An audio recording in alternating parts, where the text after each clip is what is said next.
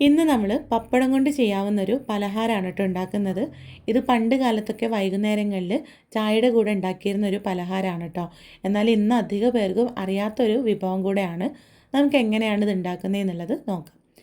ആദ്യം ഇതിലേക്കുള്ള ഫില്ലിങ്ങിന് വേണ്ടിയിട്ട് ഒരു പാൻ വെച്ച് ചൂടാക്കി അതിലേക്ക് 1.5 ടീസ്പൂൺ നെയ്യ് ചേർത്ത് കൊടുക്കാം.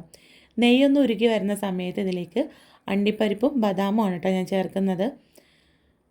ഇതൊക്കെ നമുക്ക് ആവശ്യമുണ്ടെങ്കിൽ ചേർത്താൽ മതി. ഞാൻ ഒന്നുകൂടെ ടേസ്റ്റി ആക്കാൻ വേണ്ടിയിട്ട് കുറച്ച് നട്ട്സ് ചേർത്തു എന്ന് മാത്രം. ഇതില്ലാതെ നമുക്ക് ഉണ്ടാക്കിയെടുക്കാം കേട്ടോ. നെയ്യിൽ ഈ നട്ട്സ് ഒന്ന് മൂത്ത് വരുന്ന സമയത്ത് കുറച്ച് കിസ്മിസും കൂടെ ചേർക്കുന്നുണ്ട്.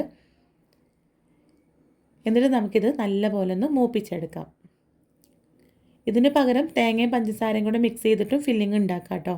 ചൂടാക്കി എടുക്കുകയൊന്നും ചെയ്യാതെ വെറുതെ ഒരു പാത്രത്തിലിട്ട് തേങ്ങയും പഞ്ചസാരയും മിക്സ് ചെയ്തെടുത്താലും മതി. ഇങ്ങനെ ആകുമ്പോൾ നമുക്കറിയാമല്ലോ ഒന്നുകൂടെ ടേസ്റ്റ് ഉണ്ടാവും. അപ്പോൾ ഇതെല്ലാം കൂടി നല്ലപോലെ ഒന്ന് മൂത്ത് വന്നിട്ടുണ്ട്. ഇതിലേക്ക് നമുക്ക് 1/2 കപ്പ് തേങ്ങ ചിരവിയത് ചേർത്ത് കൊടുക്കാം. തേങ്ങ കൂടെ ചേർത്തിട്ട് ഇത് നല്ലപോലെ ഒന്ന് വഴറ്റിയെടുക്കാം. നെയ്യിൻ്റെ ഫ്ലേവറൊക്കെ തേങ്ങയിൽ നല്ലപോലെ പിടിച്ച് കിട്ടണം കേട്ടോ. ഇതിലേക്ക് നല്ലൊരു ഫ്ലേവറിന് വേണ്ടിയിട്ട് 3 ഏലക്കയുടെ സീഡ്സ് ഇട്ട് കൊടുക്കുന്നുണ്ട്. ഏലക്കയുടെ കുരു ഇതുപോലെ വേണമെങ്കിൽ അങ്ങനെ ചേർക്കാം, അല്ലെങ്കിൽ പഞ്ചസാരയുടെ കൂടെ പൊടിച്ചിട്ടും ചേർക്കാം കേട്ടോ. നമ്മൾ പഞ്ചസാര ഇതിലേക്ക് ചേർക്കുന്നുണ്ട്, അപ്പോൾ ഒന്നുകിൽ പഞ്ചസാരയും ഏലക്കയും കൂടെ പൊടിച്ചിട്ട് ചേർത്ത് കൊടുക്കാം, അല്ലെങ്കിൽ ഇതുപോലെ ഏലക്കയുടെ കുരു സെപ്പറേറ്റ് ആയിട്ട് ഇട്ട് കൊടുത്താലും മതി. ഒന്ന് ഇളക്കി കൊടുത്തിട്ടുണ്ട്. ഇനി ഇതിലേക്ക് നമുക്ക് മധുരത്തിന് വേണ്ടിയിട്ടുള്ള പഞ്ചസാര ചേർത്ത് കൊടുക്കാം. ഞാനിവിടെ 1.5 ടേബിൾ സ്പൂൺ പഞ്ചസാരയാണ് കേട്ടോ ചേർക്കുന്നത്. അതൊക്കെ ഓരോരുത്തരുടെ മധുരത്തിനനുസരിച്ചിട്ട് ചേർത്ത് കൊടുക്കാം.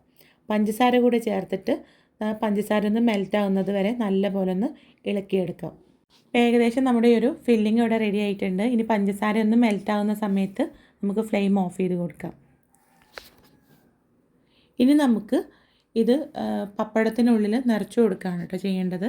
അപ്പോൾ പപ്പടം നമുക്കറിയാമല്ലോ, അതിങ്ങനെ പെട്ടെന്ന് നമുക്ക് ഷേപ്പ് ചെയ്തെടുക്കാനൊന്നും പറ്റില്ല. കുറച്ച് വെള്ളത്തിൽ ഡിപ്പ് ചെയ്തിട്ട് പപ്പടം ഒന്ന് സോഫ്റ്റാക്കി എടുക്കാം. ഒരുപാട് സമയം വെള്ളത്തിൽ മുക്കി വെച്ചാൽ പപ്പടം പൊട്ടിപ്പോവും കേട്ടോ. ജസ്റ്റ് ഒന്ന് 2 സൈഡൊന്ന് മുക്കിയെടുക്കാം, ഒന്ന് സോഫ്റ്റായിട്ട് കിട്ടാൻ വേണ്ടിയിട്ടാണ്. എന്നിട്ട് അതിൻ്റെ മുകളിൽ ആവശ്യത്തിനുള്ള ഫില്ലിങ് വെച്ച് കൊടുക്കാം. നമ്മൾ പൂവടയൊക്കെ ഉണ്ടാക്കൂലേ, അതുപോലെ കേട്ടോ. പൂവടയൊക്കെ നമ്മൾ അരി വാട്ടിയെടുത്തിട്ട് പത്തിരിയാണ് ഉണ്ടാക്കുക, അതിനുള്ളിൽ ഫില്ലിങ് വെച്ച് കൊടുക്കുകയാണ് ചെയ്യുക. ഇത് നമ്മൾ പപ്പടത്തിനുള്ളിലാണ് ചെയ്യുന്നതെന്ന് മാത്രം. എന്നിട്ട് വേണമെങ്കിൽ മൈദ കൊണ്ട് ഗമ്മുണ്ടാക്കിയിട്ട് ഒട്ടിച്ചു കൊടുക്കുക. അതിൻ്റെ ഒന്നും ആവശ്യമില്ല. പപ്പടം ഒന്ന് വെള്ളം നനഞ്ഞ് കിട്ടിയാൽ തന്നെ അത് 2 സൈഡും ഒട്ടി കിട്ടും കേട്ടോ.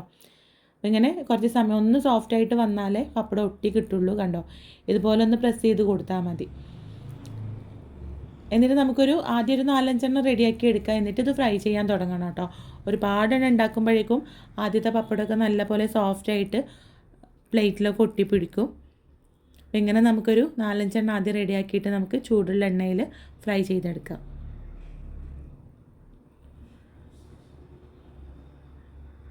ഇത് ഫ്രൈ ചെയ്യാനും നമുക്കറിയാമല്ലോ, പപ്പടം ഫ്രൈ ചെയ്യാൻ ഒരുപാട് സമയമൊന്നും വേണ്ട. അപ്പോൾ പപ്പടം ഒരു പൊള്ളി വരുന്ന അതുപോലെ ഒന്ന് ഫ്രൈ ചെയ്ത് നമുക്കിത് കോരിയെടുക്കാം. ചിലർക്കെങ്കിലും തോന്നുന്നുണ്ടാവും പപ്പടത്തിനുള്ളിലൊക്കെ ഇങ്ങനെ ഫില്ലിങ് വെച്ചിട്ട് ഉണ്ടാക്കുമ്പോൾ ടേസ്റ്റ് ഉണ്ടാവുമെന്ന്. നമ്മൾ മലയാളികൾ സദ്യയുടെ അവസാനം പായസവും പപ്പടമൊക്കെ കൂട്ടി കുഴച്ച് കഴിക്കുന്നവരാണല്ലോ. അങ്ങനെയൊക്കെ കഴിക്കാൻ ഇഷ്ടമുള്ളവരാണെങ്കിൽ നിങ്ങൾക്ക് ഇതിൻ്റെ ടേസ്റ്റും ഇഷ്ടമാവും കേട്ടോ. ആ ഒരു പപ്പടത്തിൻ്റെ ഉപ്പ് രുചിയും ഉള്ളിൽ മധുരമുള്ള ഫില്ലിങ്ങൊക്കെ വന്നിട്ട് ഒരുമിച്ച് കഴിക്കുമ്പോൾ നല്ല ടേസ്റ്റാണ് കേട്ടോ. അപ്പോൾ ഇതാ നമ്മുടെ ഈ ഒരു പപ്പടം കൊണ്ടുള്ള അടയൊക്കെ ഇവിടെ റെഡി ആയിട്ടുണ്ട്. ഞാനിതൊന്ന് പൊട്ടിച്ച് കാണിച്ചു തരാം. ചൂടോടെ കഴിക്കണം കേട്ടോ, അല്ലെങ്കിൽ തണുത്ത് പോവും. അപ്പോൾ അറിയാത്തവർ ട്രൈ ചെയ്ത് നോക്കാം.